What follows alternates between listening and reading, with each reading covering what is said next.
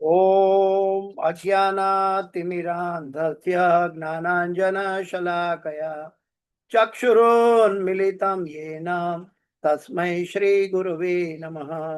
श्रीचैतन्यमनोभीष्टं स्थापितं येन भूतले स्वयं रूपगदा मह्यं ददाति स्वपदान्तिकं। वन्देऽहं श्रीगुरु श्रीयुतापदकमलं श्रीगुरु वैष्णवांश्च श्रीरूपं साग्रजातं सगणा रघुनाथान्वितं तं सजीवं साद्वैतं सावधूतं परिजन सहितं कृष्ण चैतन्य देवं श्री राधा कृष्ण पादां सहगणा ललिता श्री विशाखान्वितांश्च। हे कृष्ण करुणा सिंधु दीनबंधो जगत्पते गोपेश गोपिका कांत राधा कांत नमोस्तुते। तप्त कांचन गौरांगी राधे वृंदावनेश्वरी वृषभानुसुते देवी प्रणमामि हरिप्रिये। वाञ्छाकल्पतरुभ्यश्च कृपा सिन्धुभ्य एव च पतितानां पावनेभ्यो वैष्णवेभ्यो नमो नमः। श्री कृष्ण चैतन्य प्रभो नित्यानंद श्री अद्वैत गदाधर श्रीवासादि गौर भक्त वृंद।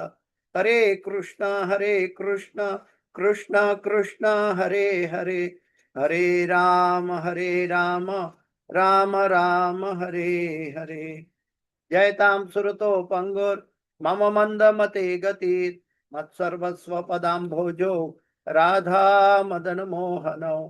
कृष्णाय वासुदेवाय देवकी नंदनाय च नंद गोपकुमाराय गोविंदाय नमो नमः। गोविंदाय नमो नमः। गोविंदाय नमो नमः। नमः पंकजनाभाय नमः पंकजमालिने नमः पंकजनेत्राय नमस्ते पंकजांग्रिये। पंचतत्वात्मकं कृष्ण भक्तरूप स्वरूपकं भक्तावतार भक्ताख्यं नमामि भक्तशक्तिकं। गुरुवे गौरचंद्राय राधिकाये तदालये कृष्णाय कृष्ण भक्ताय तद्भक्ताय नमो नमः। नमः ओम विष्णुपदाय कृष्ण श्रेष्ठाय भूतले श्रीमदे जय पताका स्वामी नामिने नमः। आचार्य पदाय नीताय कृपा प्रदायिने गौर कथा धामदाय नगर ग्राम तारिणे नमः। ओम विष्णुपदाय कृष्ण प्रेष्ठाय भूतले श्रीमदे भक्ति वेदांत स्वामी नामिने नमस्ते सरस्वती देवे गौरवाणी प्रचारणे निर्विशेष शून्यवादी पाश्चात्य देशतारणे श्री कृष्ण चैतन्य प्रभु नित्यानंद श्री अद्वैत गदाधर श्रीवासादि गौर भक्तवृंद। हरे कृष्ण कृष्ण कृष्ण हरे हरे, हरे राम राम राम हरे हरे। ओम नमो भगवते वासुदेवाय। ओम नमो भगवते वासुदेवाय। ओम नमो भगवते वासुदेवाय। नारायणं नमस्कृत्यं नरं चैव नरोत्तमं देवीं सरस्वतीं व्यासं ततो जयं मुदीरयेत्। नष्टप्रायेषु अभद्रेषु नित्यं भागवत सेवया भगवते उत्तम श्लोके भक्तिर्भवति नैष्टकी। हरे कृष्णा। आज श्रीमद् भागवत का पहला स्कंद का 16वां अध्याय का छठा श्लोक 116। परीक्षित महाराज ने कलयुग का सत्कार किस तरह किया।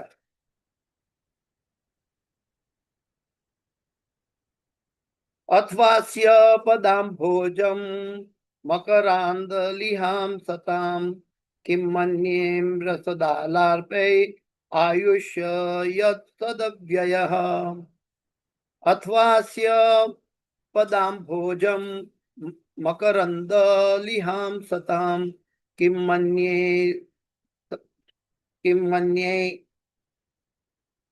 असत आलापे आयुषो यत् असदव्ययः।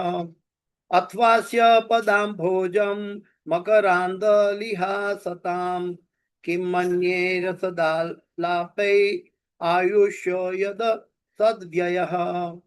कोई दोहराना चाहेगा, रिपीट करना चाहेगा? जी माता जी। अथवाद्य पदापोच मकरन्दलिहां सतां किमध्ये सत आलापै आयुषयत् असत्यय। हरे कृष्ण। तो अनुवाद पे चलते हैं। अनुवाद और तात्पर्य भाई एसी भक्ति वेदांत स्वामी शिल प्रभुपाद महाराज की जय। अनुवाद, भगवान के भक्त भगवान के चरण कमलों से प्राप्त मधु के चाटने के आदि हैं। उन कथा प्रसंगों से क्या लाभ जो मनुष्य के बहुमूल्य जीवन को व्यर्थ नष्ट करें। बहुत सुंदर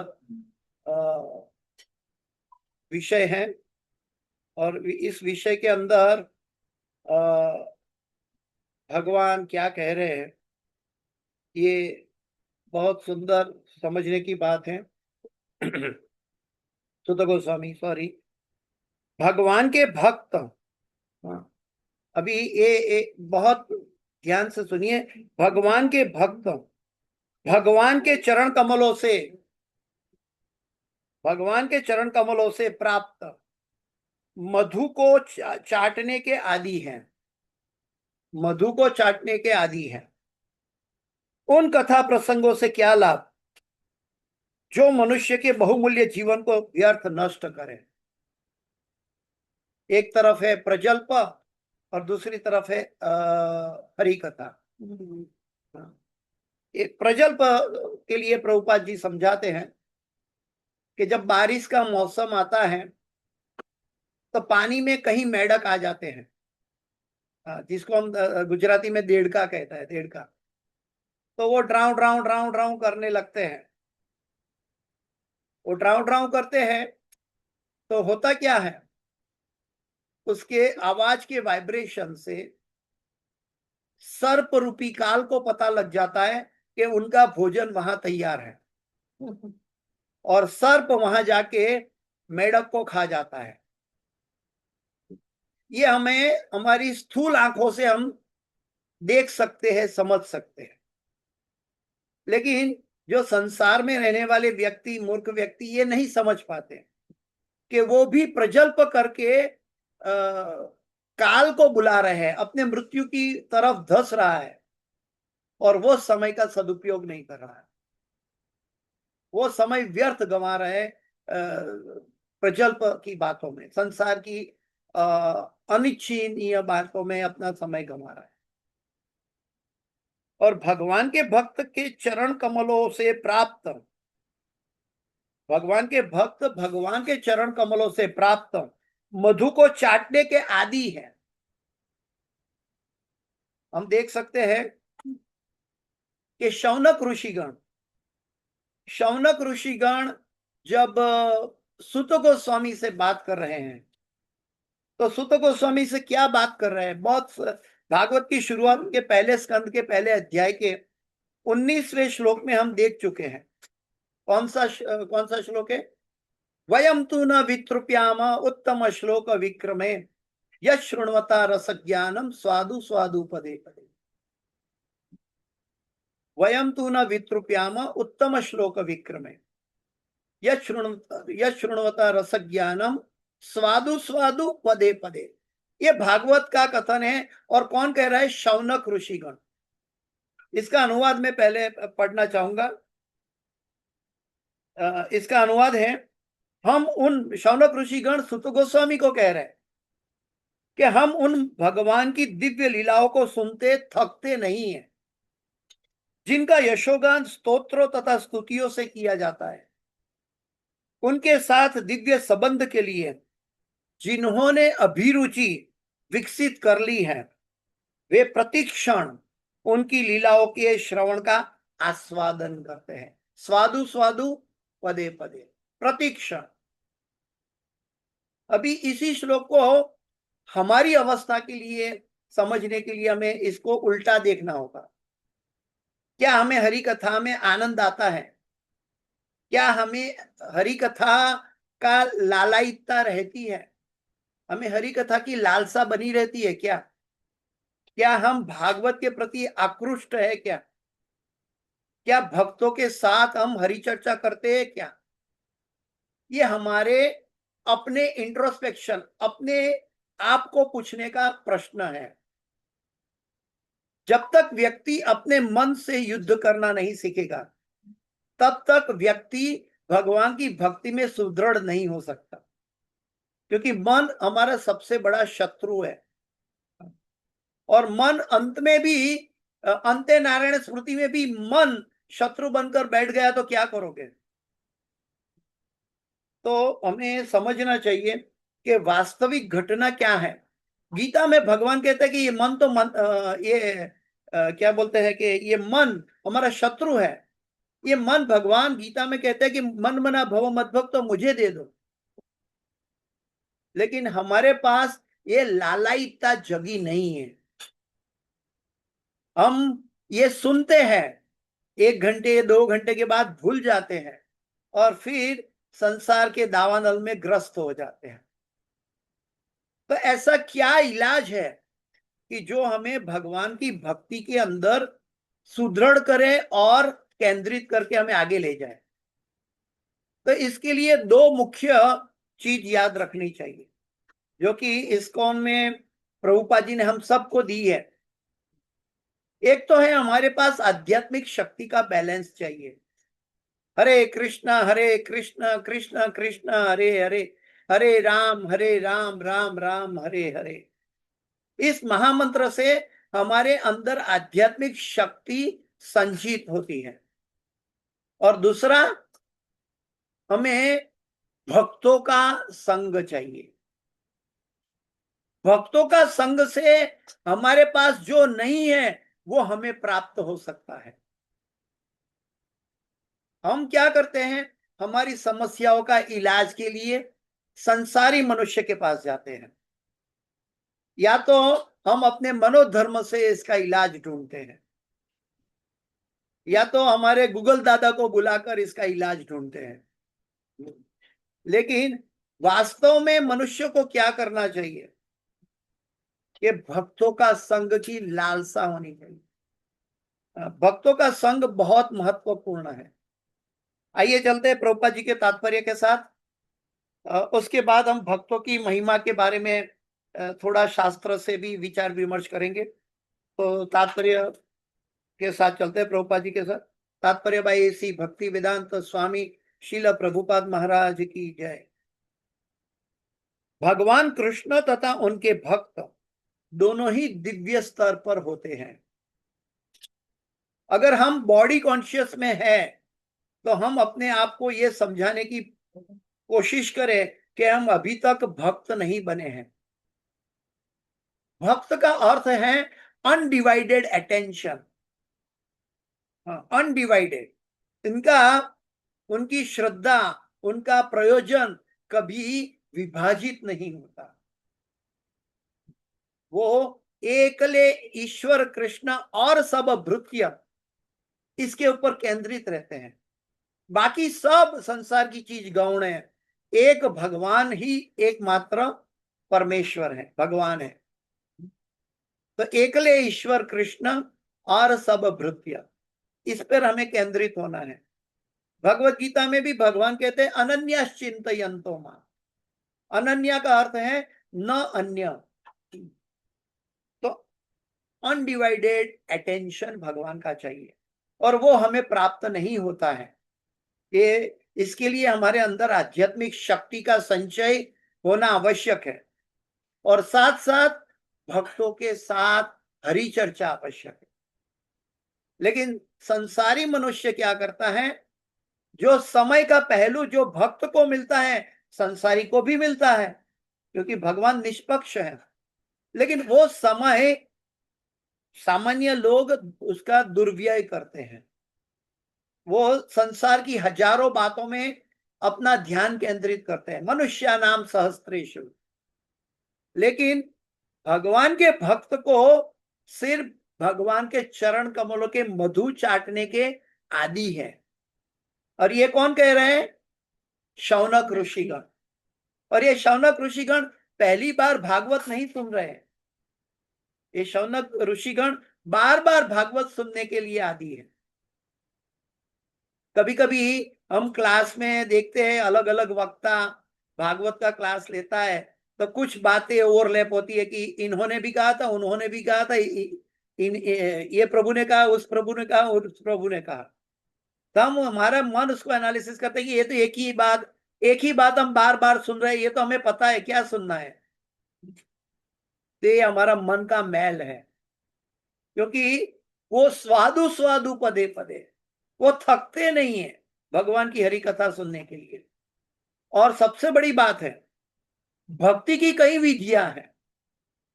प्रभुपाद जी भक्ति रसामृत सिंधु में समझाते हैं कि भक्ति की कई विधियां हैं, लेकिन हम भक्ति की विधियों से प्रति आकृष्ट नहीं है। हम जो शास्त्रों के प्रति, जहां पे गुरु परंपरा की महत्ता बताई गई है, एक संतान को उनके पिता कौन है उनको पता नहीं है, तो सारी दुनिया को पूछने से उसका पिता का पता नहीं चलेगा, वास्तविक पिता कौन है नहीं पता चलेगा।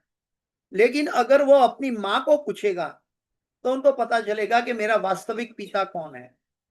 ठीक उसी तरह इस संसार में अबजों करोड़ों लोग हैं, लेकिन जो भगवान की प्रणालिका से जो गुरु बनकर हमारे समक्ष खड़े हैं, जो हमारा उद्धार करने आए हैं, उनके पास हमारा आध्यात्मिक प्रश्न उठना चाहिए। तो ये चीज हमें ऋषि मुनियों से सुनना चाहिए, भागवत से सीखना चाहिए। ये भागवत की कथा सिर्फ सुनने के लिए नहीं, ये भागवत की कथा के अंदर मैं यहाँ कहाँ पे स्थित हूं, मेरी मानसिकता कहाँ पर खड़ी है। ये भागवत का श्लोक का अनुवाद पढ़ता हूं तो मेरी मानसिकता क्या कह रही है।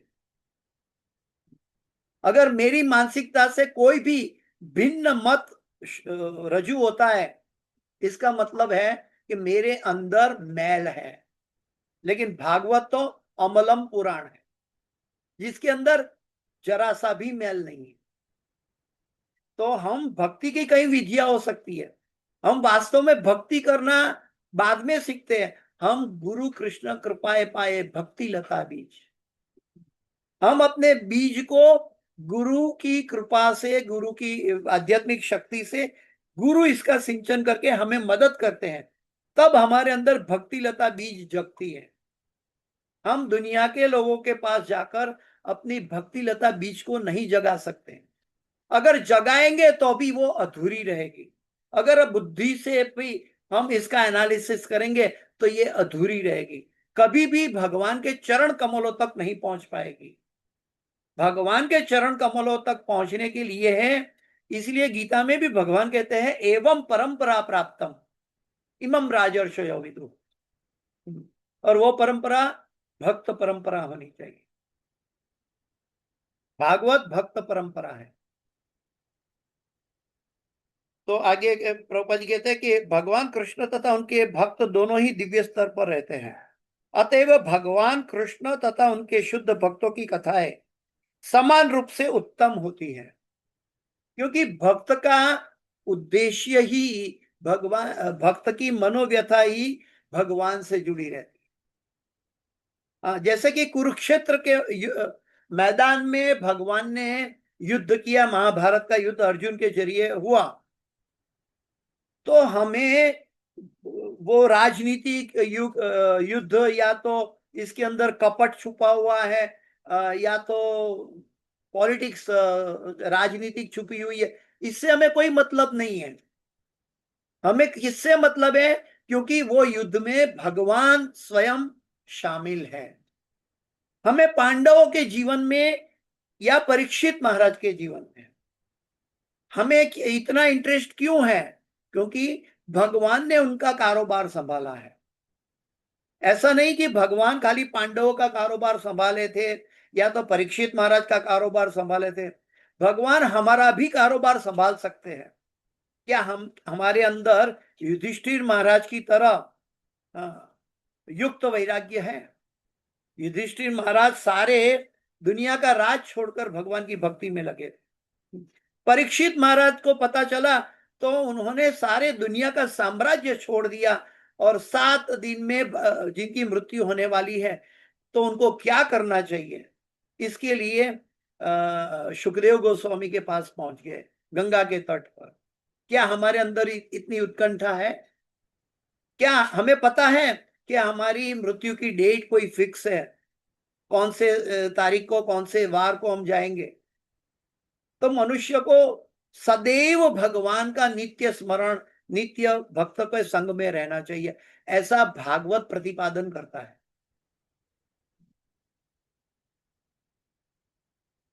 यद्यपि कुरुक्षेत्र का युद्ध राजनीति तथा कूटनीति से भरा हुआ था, परंतु इसकी कथाएं भगवान श्री कृष्ण से संबंधित है, अतएव भगवत गीता सारे विश्व में पूजित है। क्योंकि भगवान कृष्ण थे, इसलिए भगवत गीता वो पूजित है। आज 5000 साल हो गया, दुनिया का कोई भी मानवी भगवत गीता की कॉपी नहीं कर सका। भगवान भगवत गीता के समतुल्य उपदेश नहीं दे सका। ये तो भक्ति का, भक्त का भाव है।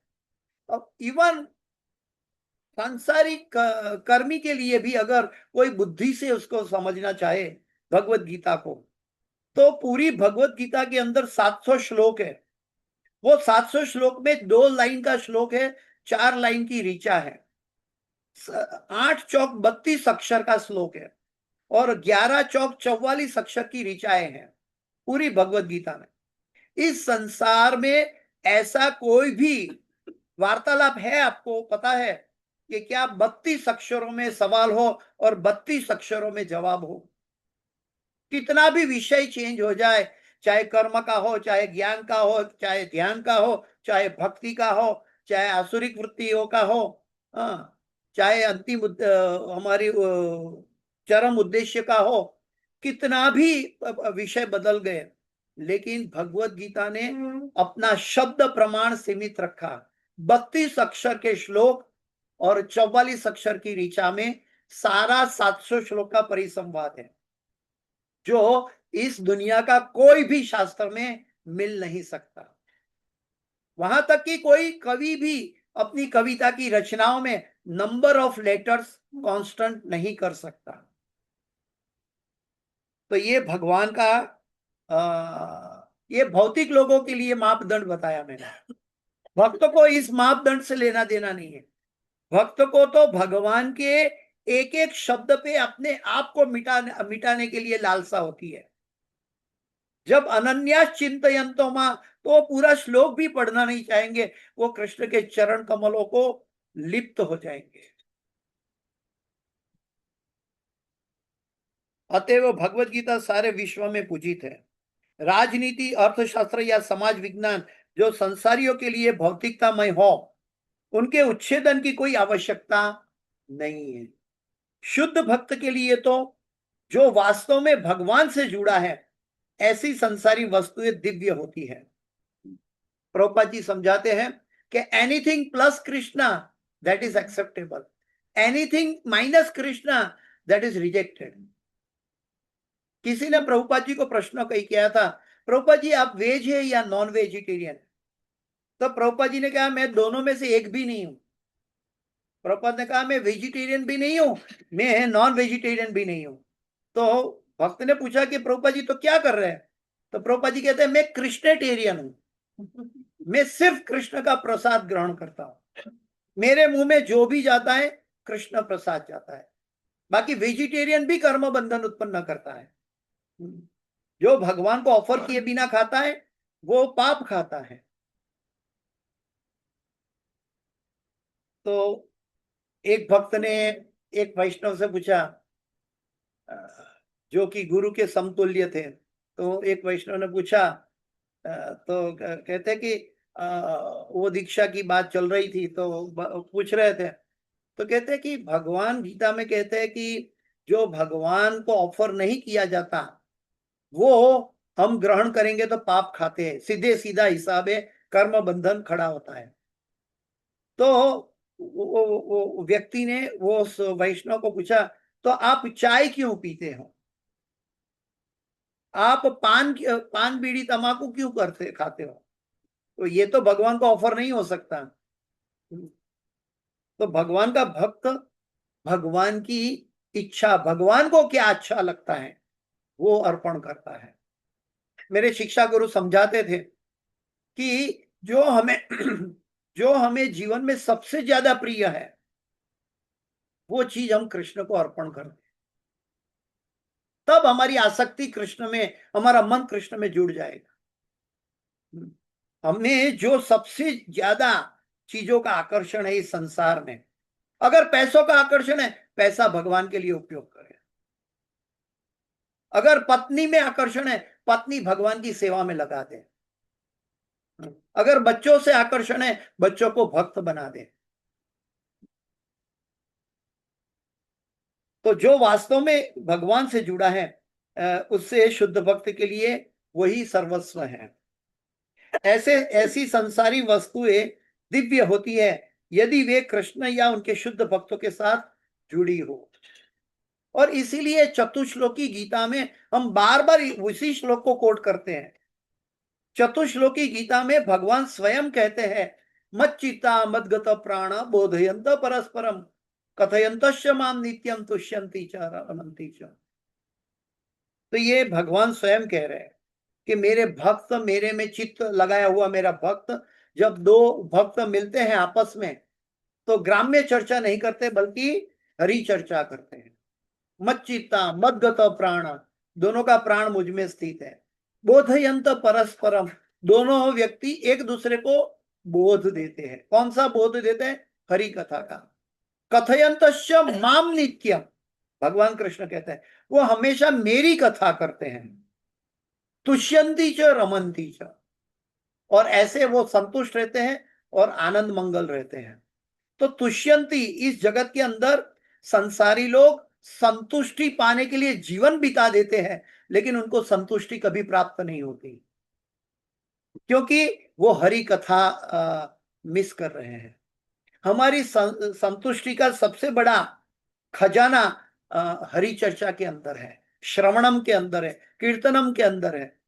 इस्कॉन के अंदर कितने युवा भक्त हैं आज, हजारों की संख्या में युवा भक्त हैं। वो अपनी युवा अवस्था में हमसे ज्यादा तीव्र भक्ति कर रहे हैं और वो इतने संतुष्ट है, उनके अंदर इतना उत्साह जुड़ा हुआ है कि आज के संसारी लोग भी उनको देखकर समझ नहीं सकते। वो संसारी लोग कहते हैं कि ये इस्कॉन हमारे युवा लोगों का ब्रेन वॉश करते हैं।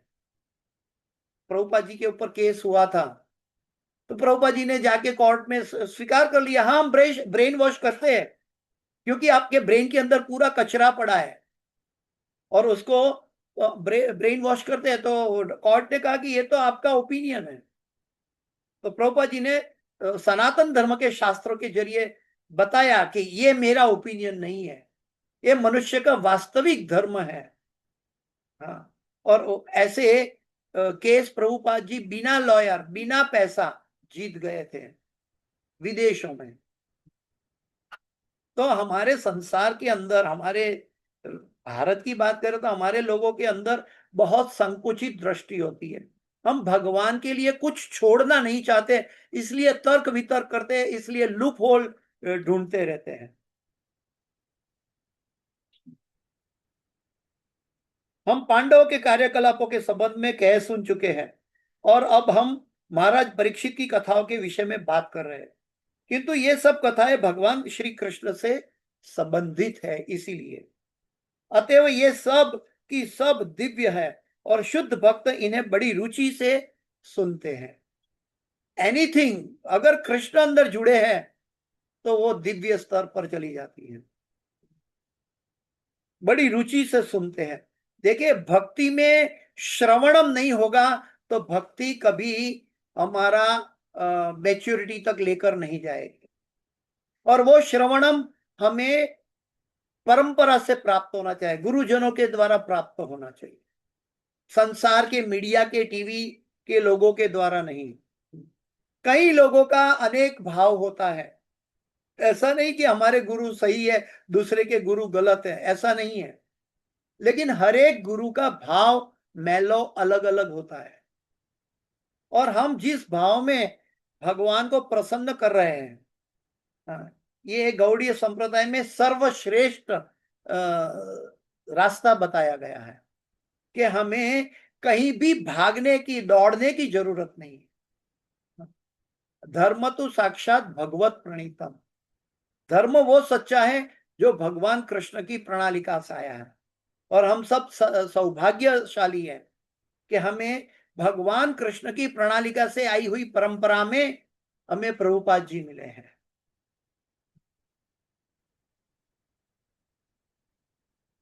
अतएव ये सब सबकी सब दिव्य है जब भगवान से जुड़ी है, और शुद्ध भक्त इन्हें बड़ी रुचि से सुनते हैं। लिसनिंग एंड हियरिंग, इंग्लिश में दो वर्ड है, लिसनिंग एंड हियरिंग। हम सब क्लास सुनते हैं, कभी कभी बोलते हैं कि आधा घंटा 1 घंटा क्लास सुना, इसमें से 2 पॉइंट मुझे बहुत अच्छा लगा। कोई बात नहीं, वो 2 पॉइंट के ऊपर चिंतन अपना बनाए रखे, क्योंकि वो 2 पॉइंट कृष्ण की हरि चर्चा थी। तो हमें लिसनिंग और हियरिंग में ध्यान रखना है कि हम शरीर से क्लास अटेंड कर रहे हैं, कान से क्लास अटेंड कर रहे हैं, या मन से क्लास अटेंड कर रहे हैं। जिसका मन और हृदय भागवत के लिए लालायित है, वो विजेता है। हम इस बात को भीष्मदेव की स्तुतियों के प्रसंग में भी पहले बता चुके हैं, प्रभुपाद जी समझाते हैं। हमारी आयु बहुत लंबी नहीं होती। हम कितने प्रायण अल्पायुष सभ्य कलो अस्मिन युगे जनः मंदाः सुमंद मतयो मंद भाग्य उपद्रता। अगर हमारा कोई काम आज की जगह कल होना है ना, तो हम बोलते ठीक है, अभी तो टाइम है, हो जाएगा। लेकिन हमारे बुजुर्ग कहते थे, काल करे सो आज कर, आज करे सो अब। जो कल करना है वो आज ही कर लो, और जो आज करना है अभी कर लो। और अभी करने का मतलब है अभी हम भागवत में अपने आप को डुबाए रखें। ये एक ही ऐसा दवा है कि जो इस संसार में इसके बराबर, इसके तुल्य, समतुल्य इवन ब्रह्मलोक में ब्रह्मा जी के पास नहीं है। इतना बड़ा खजाना है हमारे पास, लेकिन हम उदासीन की तरह, मूर्ख की भांति अपने विषयों में, चिंतन में भटकते हैं। हमारी आयु बहुत लंबी नहीं होती। हम तो बोलते हैं हाँ ठीक है ना, कल ही करना है ना, ठीक है कल हो जाएगा। लेकिन क्या पता है कि कल का सूरज हम देख पाएंगे या नहीं। भगवान का भक्त कल की राह नहीं देखता, शुभस्य शीघ्रम। और ऐसा कुछ भी निश्चित नहीं है कि हम कब अगली मंजिल के लिए, हर वस्तु को छोड़ने के लिए आदेश मिल जाए, कब मृत्यु आ जाए। मृत्यु सर्व हर्ष हम, गीता में भगवान कहते हैं। भगवान का भक्त हर क्षण मृत्यु के लिए तैयार होता है, डर कर नहीं, आनंद के साथ, क्योंकि उनको कृष्ण की भक्ति का पूरा ज्ञान से तृप्त है। उनको मालूम है, कृष्ण पर पूरा भरोसा है कि वो कभी भी, किसी भी परिस्थिति में मुझे नहीं भूलेंगे। क्यों? क्योंकि उन्होंने, कृष्ण ने वचन दिया है कि मैं ये यथा माम प्रपद्यन्ते ताम तथैव भजाम्यहम् मम वर्तमानो वर्तन्ते मनुष्य पार्थ सर्वश। जो जिस प्रकार से भक्ति करता है, भगवान कहते हैं मैं उसको उस प्रकार से फल देता हूं। अगर हम संसार की कार्य करते करते संसारी कॉन्शियस में भक्ति करेंगे, तो अंत में संसारी कामनाएं याद आएगी। लेकिन हम कृष्ण का चिंतन करके संसारी जिम्मेदारी निभाए, तो कृष्ण का चिंतन, कृष्ण को रेसिप्रोकेट करने के लिए आना ही पड़ेगा। ये कृष्ण भगवान का वचन है, और भगवान झूठ नहीं बोलते हैं, भक्त के लिए तो बिल्कुल नहीं।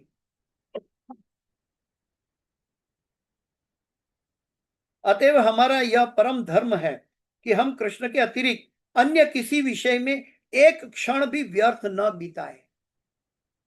ये शौनक ऋषिगण जो नैमिषारण्य में कथा सुन रहे हैं, सुत गोस्वामी के द्वारा चर्चा कर रहे हैं, उन्होंने छह प्रश्न किए हैं। भागवत, वो 6 प्रश्न के जवाब में हमें श्रीमद् भागवत मिला है। वो 6 प्रश्न सुत गोस्वामी के द्वारा सुनने के लिए लालायित है।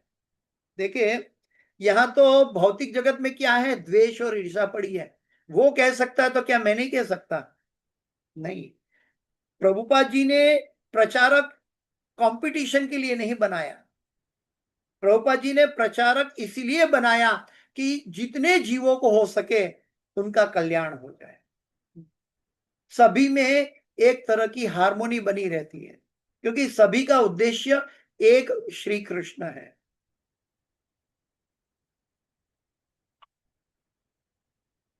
कोई भी विषय कितना ही रोचक क्यों ना हो जाए, यदि वह कृष्ण से संबंधित नहीं है तो वह सुनने योग्य नहीं होता।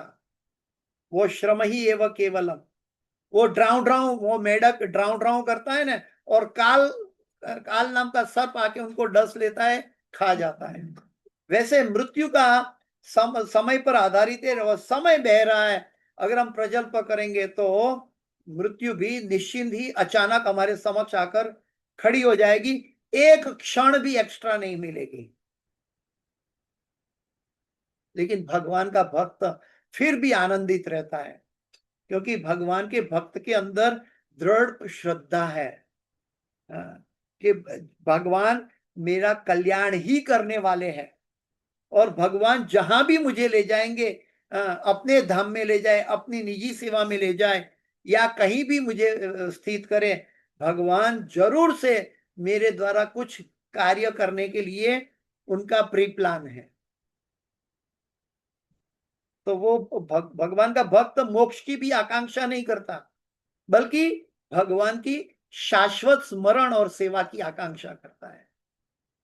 भगवान का भक्त शाश्वत स्मरण और शाश्वत सेवा।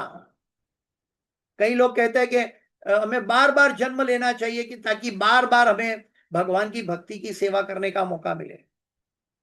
लेकिन हम इतने संकुचित हैं कि भगवान की महिमा को जानते ही नहीं ठीक से। हम अपने शरीर से क्या सेवा कर पाएंगे? जितनी सेवा गोलोक में जो नित्य सिद्ध भक्त कर रहे हैं, वो हमसे अनंत गुना भक्ति कर रहे हैं। हम यहाँ फिर से मनुष्य बनकर आएंगे तो हाथ से एक पुष्प भगवान को अर्पण किया तो वो एक पुष्प ही माना जाएगा। लेकिन भगवान के नित्य संगी भगवान को पुष्प की शैया में सुलाते हैं, भगवान को पुष्प के झूले में झुलाते हैं।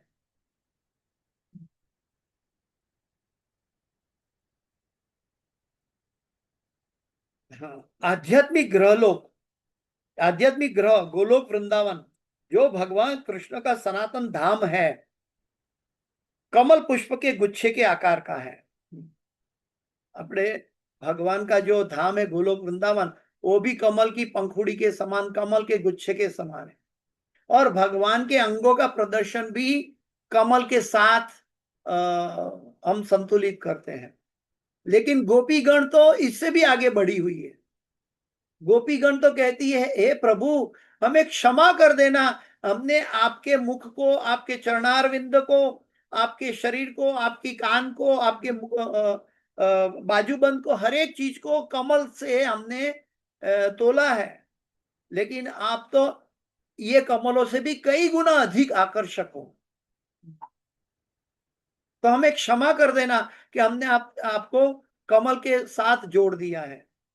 नमः पंकजनाभाय, नमः पंकजमालिने, नमः पंकज नेत्राय, नमस्ते पंकजांग्री।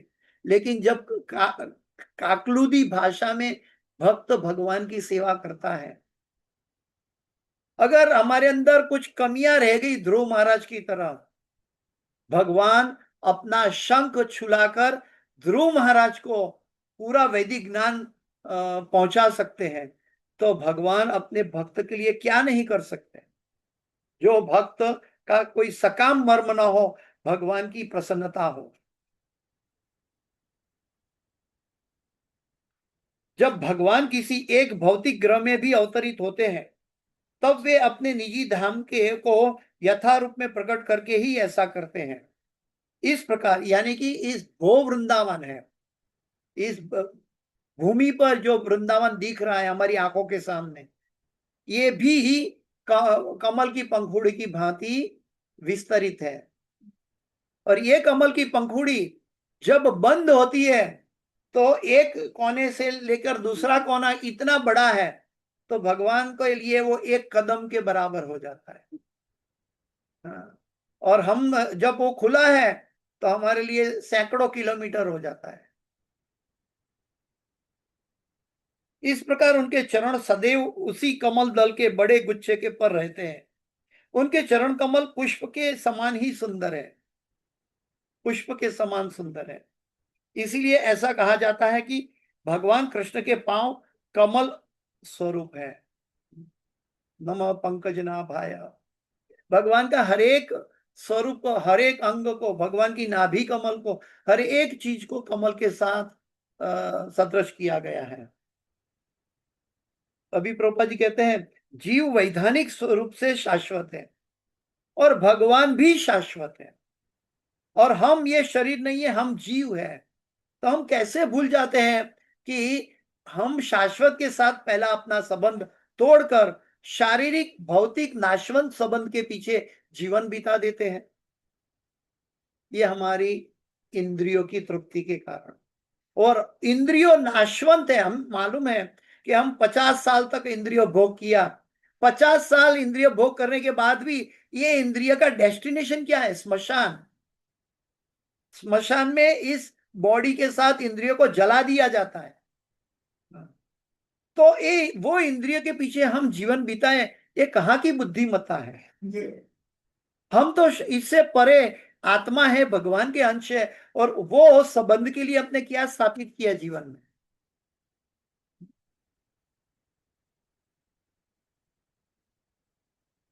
वह भौतिक शक्ति के संपर्क में रहने के कारण जन्म तथा मृत्यु के भंवर में पड़ा हुआ है।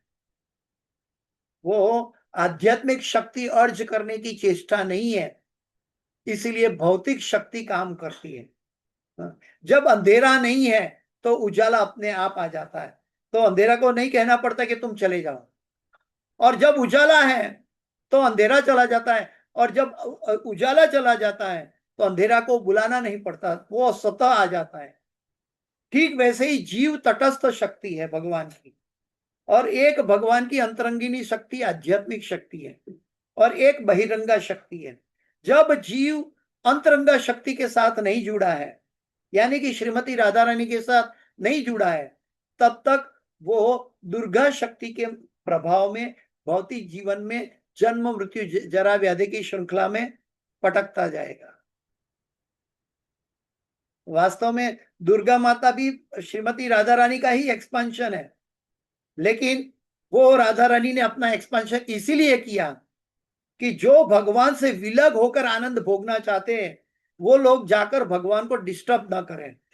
इसलिए उनको जो चाहे दे दो, पैसा चाहिए, धन चाहिए, सुंदर स्त्री चाहिए, इंद्रिय तृप्ति चाहिए, नाम प्रतिष्ठा चाहिए, ये सब शुकर की विष्ठा के बराबर है। भक्ति सिद्धांत सरस्वती ठाकुर प्रभुपाद जी के गुरु कहते हैं कि ये सब भौतिकतावाद ये शुकर की विष्ठा है। मनुष्य की विष्ठा तो बहुत दुर्गंध मारती है, और मनुष्य की विष्ठा जो खाता है वो शुकर है। और वो शुकर की विष्ठा कैसी है? वो इस भौतिक जगत का, भौतिकता में पड़े हुए लोगों की दशा है।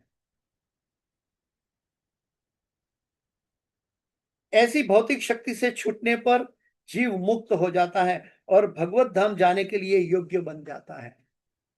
निर्बंधे कृष्ण संबंधे युक्त वैराग्य उच्यते।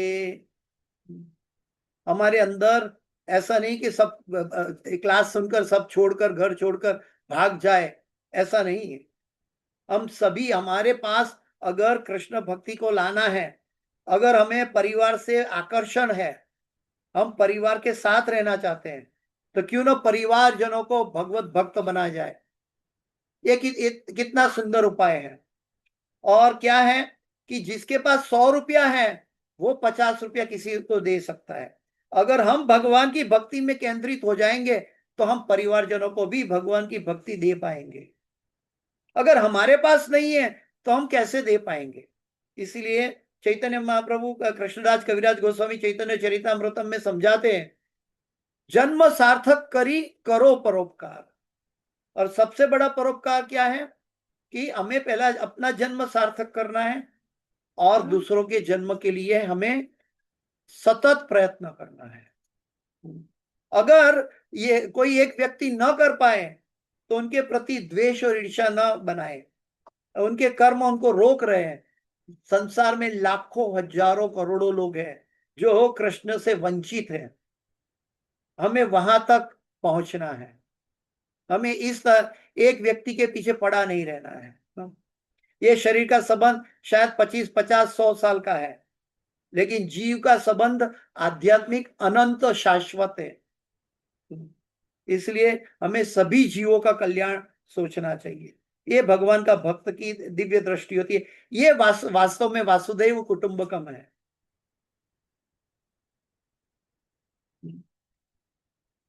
जो लोग अपना शरीर बदले बिना सदा सदा के लिए जीवित रहना चाहते हैं, प्रभुपाद जी अभी समझाते हैं कि जो व्यक्ति अपना शरीर बदले बिना सदा सदा के लिए जीवित रहना चाहते हैं, उन्हें कृष्ण तथा उनके भक्तों की कथाओं के अतिरिक्त अन्य किसी कथा में अपना बहुमूल्य समय नहीं गंवाना चाहिए। हमारे हमारे पास सबसे बड़ी संपत्ति क्या है? समय। हमारे पास सबसे बड़ी संपत्ति बैंकों में करोड़ों रुपया जमा करना, वो संपत्ति नहीं है। वो एक दिन हमें लात मारकर चली जाएगी। एक क्षण में चली जाएगी। बहुत संपत्ति हमारी, हम हमारे शरीर को मानते हैं, ये शरीर भी हमें धोखा देगा। इस संसार के सभी रिश्ते भी एक समय की लिमिट से बाहर हमें बचाने के लिए आ नहीं पाएंगे। सिर्फ और सिर्फ जो भगवान की भक्ति की है, जिन्होंने शाश्वत से अपना संबंध सदैव जागृत रखा है, वो व्यक्ति को मृत्यु एक उत्सव के रूप में परिणित हो जाता है। उनको मृत्यु का डर चला जाता है। हम वृंदावन में इस्कॉन के मंदिर में हम कई भक्तों के मुख से सुनते हैं, इतने आनंद में सेवा कर रहे हैं, इतने बूढ़े हैं, उनके अंदर शरीर की काबिलियत नहीं है, कितने आनंद से कर रहे हैं, लेकिन उनको मृत्यु का डर नहीं है। अब एक माता जी से मैंने पूछा था तो बोलते कल आनी है तो आज क्यों ना आ जाए। हम तो यही चाहते हैं वृंदावन में रहकर। हम कृष्ण से छोड़कर जाने की क्यों कहा नहीं है। पता नहीं है कल तक हमारा मन विचलित हो जाए। अगर आज कृष्ण लेता है तो आज ही क्यों ना ले ले। तो वो कृष्ण को बुलावा करते हैं और हम मृत्यु के डर से भागते हैं। चोर पुलिस से भागता है, सामान्य व्यक्ति पुलिस से नहीं भागता। पुलिस की मदद लेता है, बल्कि सामान्य व्यक्ति वो भागता नहीं है, डरता नहीं है। हमें माया से डरना नहीं है।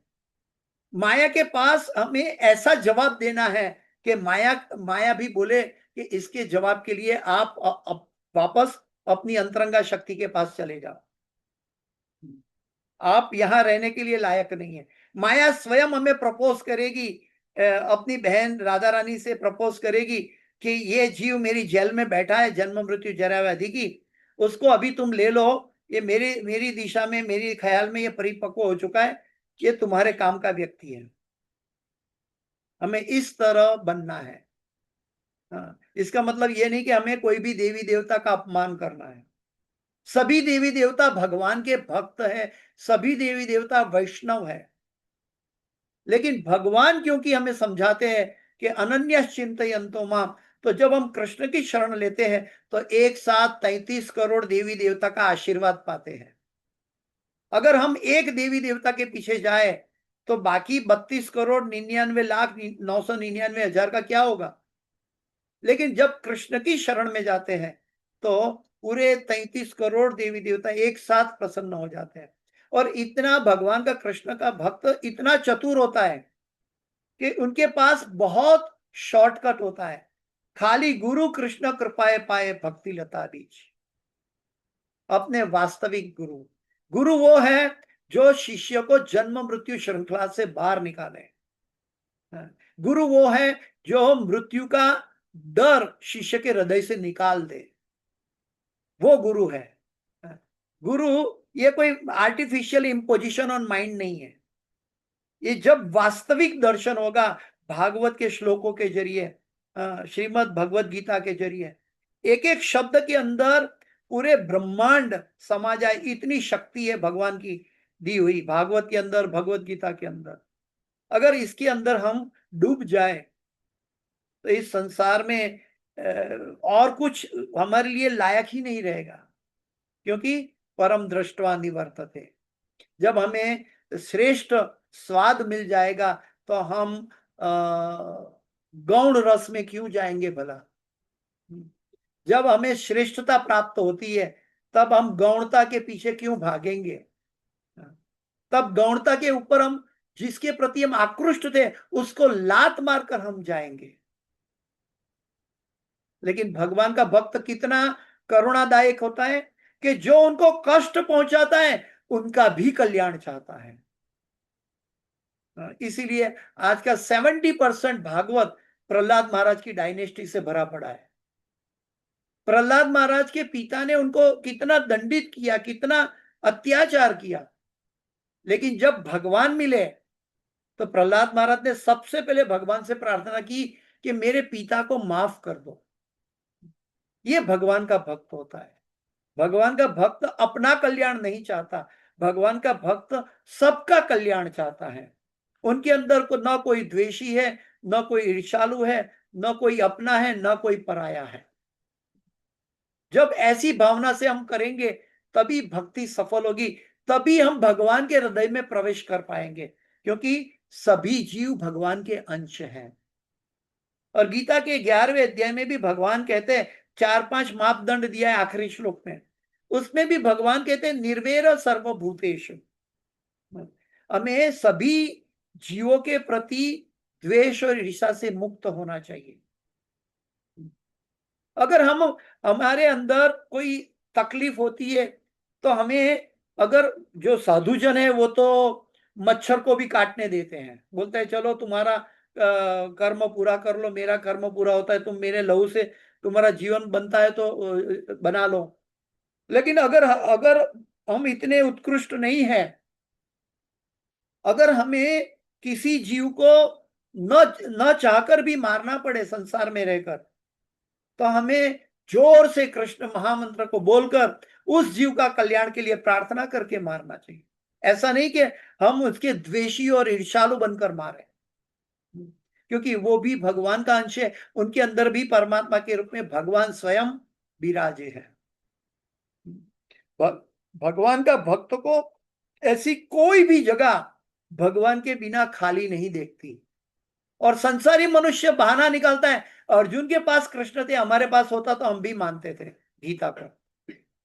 वो मूर्ख है, वो बहाना ढूंढते हैं कि हमारे पास कृष्ण नहीं है इसलिए हम गीता को नहीं मानते, या तो प्रहलाद महाराज के भगवान प्रकट हो गए। नहीं, भगवान के भक्त को सभी जगह भगवान का दर्शन होता है। वहां तक कि एटम के अंदर भी भगवान है और 2 एटम के बीच में जो जगह है उधर भी भगवान विष्णु विराजमान है। ये भगवान के भक्त की दृष्टि है और ये वास्तविक सत्य है, ये वैदिक सत्य है। जब ऐसी भावना अनुभव होगी तो 5 साल का प्रहलाद महाराज को भी कितने भी अत्याचारों से डर नहीं लगा। हमारे अंदर वो दर्शन नहीं है, इसलिए हम डरते हैं और अपनी इंद्रिय तृप्ति दिशा विहीन अपना जीवन बिताते हैं। तो आइए हम इस भागवत की कक्षा से सीखें कि हम कैसे भगवान की भक्ति में सुदृढ़ बन जाए, कैसे हमारे अनर्थ की निवृत्ति हो जाए, कैसे हमारे अंदर श्रद्धा निष्ठा में परिणित हो जाए। ये निष्ठा की ओर जाने का मतलब है हम भगवान को प्रेम से जीतना चाहते हैं। तो मैं आप सबको ये प्रार्थना करता हूं कि आप भी अपने लिए और हमारे गुरु महाराज के लिए भी इतनी ही तीव्रता से भगवान को प्रार्थना कीजिए। If Krishna you so Dzire, अगर आप चाहते हैं तो मेरे गुरु महाराज को जल्द से जल्द ठीक कर दे। ऐसे भाव से हमें प्रार्थना करनी चाहिए। तो समय पूरा होने जा रहा है, इसलिए मैं अपनी वाणी को विराम देने जा रहा हूं। इस क्लास की कोई भी सुकृति है, मेरे गुरु महाराज हिज होलीनेस जय पताका स्वामी आचार्यपाद गुरु महाराज की है। और इस क्लास के अंतर्गत कोई भी गलती, क्षति या त्रुटि रह गई है वो मेरी अपनी है, कृपया मुझे क्षमा करें। वाञ्छाकल्पतरुभ्यश्च कृपा सिन्धुभ्येव च पतितानां पावनेभ्यो वैष्णवेभ्यो नमो नमः। अनंत कोटि वैष्णव वृंद की जय, शील प्रभुपाद की जय, समावेत भक्त वृंद की जय। किसी का कोई प्रश्न है तो पूछ सकते हैं, नहीं तो हम गुरु महाराज के लिए एक माला चांटिंग करने के लिए शुरू कर देते हैं। किसी का कोई प्रश्न है तो 2-3 मिनट में पूरा कर सकते हैं। जी जी। હમણાં એવું સાંભળ્યું છે કે નામા અપરાધ થાય છે કે આપણે ભગવાનનું નામ હરે દઈએ કૃષ્ણ પ્રભુ અત્યાર સુધી એવું કરતી હતી ને એવું થાય છે મારાથી. કોઈ પ્રશ્ન નહીં પણ એમાં પણ ભગવાનના નામનો અપરાધ હરે થાય છે. કૃષ્ણ માતાજી. આપણે એવું માનીએ કે જીવનો ઉદ્ધાર થાય છે. હરે કૃષ્ણ માનવ વચ્ચે हरे कृष्णा। हरे एक मिनट। હરે કૃષ્ણ પ્રભુજી. जी माता जी। जी पूछिए माता जी। हाँ, मुझे खाली एक ही बस वही है कि प्रभु जी जैसे 7 से 9 जो जप होते हैं इंटरनेशनल, तो कभी उस टाइम हम माता जी को क्या काम रहता है रसोई या कुछ भी, तो साथ में खाली हम बोलते, मतलब माला लेके नहीं बैठते, बाकी हम साथ में ऐसे बोलते खाली जप करते हैं, तो मतलब वो चलेगा प्रभु जी? देखिए माला चल लेके तो नहीं सकता है, शास्त्र कहता है कि हमें नाम जप गिन कर करना चाहिए। जब गिन कर नहीं करते हैं तो हवा के वातावरण में ऐसी कई आत्माएं भटक रही है, भूत प्रेत जैसी आत्माएं, कहीं असंतुष्ट आत्माएं वातावरण में भटक रही है, वो हमारा नाम जप ले जाएगी। अगर जब हम उसको काउंटिंग करते हैं तो हमारा नाम जप हमारे अकाउंट से बंध जाएगा, यानी कि जब हम जिसके लिए नाम जप कर रहे हैं वो वहां तक पहुंच सकता है। लेकिन नाम जप करना, हाँ, घर का काम करते समय हम भगवान का स्मरण कर सकते हैं, स्मरण में नाम जप कर सकते हैं, लेकिन नाम जप माला से करना उत्तम है। ठीक है माता जी। हाँ। और यहाँ एक माता जी का प्रश्न था कि नाम जप करते समय नाम अपराध होता है तो क्या होगा। प्रभुपाद जी सिखाते हैं कि सबसे नाम जप, नाम के अंदर 10 नाम अपराध हैं। 10 नाम अपराध में सबसे बड़ा नाम अपराध वैष्णव नाम अपराध है। वैष्णव के प्रति जो अपराध किया है वो सबसे बड़ा नाम का अपराध होता है। तो हमें नाम अपराध न हो इसके लिए हमें कोशिश करनी चाहिए, पहली बात। दूसरी बात यह है कि प्रभुपाद जी कहते हैं कि हम कनिष्ठ अवस्था में नाम जप करते हैं, जब हमारा नाम के अंदर अनेक अपराध मिला हुआ होता है। जब नाम जप करते जाएंगे करते जाएंगे करते जाएंगे तो आगे जाके हम नामाभास स्टेज में प्रवेश करेंगे, और नाम ही नाम के अपराधों के मिटाने की दवा है। इसलिए हम, इसका मतलब ये नहीं कि हम अपराध भी करें और नाम भी लें, तो ये सबसे बड़ा महाअपराध होगा। इससे नाम से उद्धार नहीं होगा। लेकिन अजानता अगर अपराध हो जाए तो नाम ही इसकी दवा है। नाम ही हमें धीरे धीरे कनिष्ठ नाम से, अपराध युक्त नाम से नामाभास स्टेज में ले जाएगा, और नामाभास स्टेज के बाद भी हम नाम जप में तीव्रता बनाए रखेंगे तो फिर हमसे शुद्ध नाम उत्पन्न हो जाएगा, और वो शुद्ध नाम ऐसा होगा कि उस नाम और भगवान में कोई भी अंतर नहीं होगा। ठीक है। हरे कृष्ण। तो हम सब एक माला गुरु महाराज के लिए करते हैं। आप सब मेरे साथ। माता जी मैं शुरू करूं? हाँ प्रभु जी। तो माता जी आप पहले वो गुरु महाराज को अर्पण कर दे पहले। ओके। जय श्री कृष्ण। सॉरी, श्री जयपता का स्वामी दृढ़ आरोग्य दीर्घायु सिद्धार्थे। हरे कृष्ण महामुख्य जप विनियोग। Hare Krishna. If Krishna you so desire, please help our Guru Maharaj for fast recovery. Shri Guruve Namaha. Shri Krishna Chaitanya Prabhu Nityananda. Shri Advaita Gadadhara. Shri Vasadi Gaura Bhaktaranda. Hare Krishna Krishna Krishna Hare Hare. Hare Rama Rama Rama Hare Hare. Hare Krishna Krishna Krishna Hare Hare.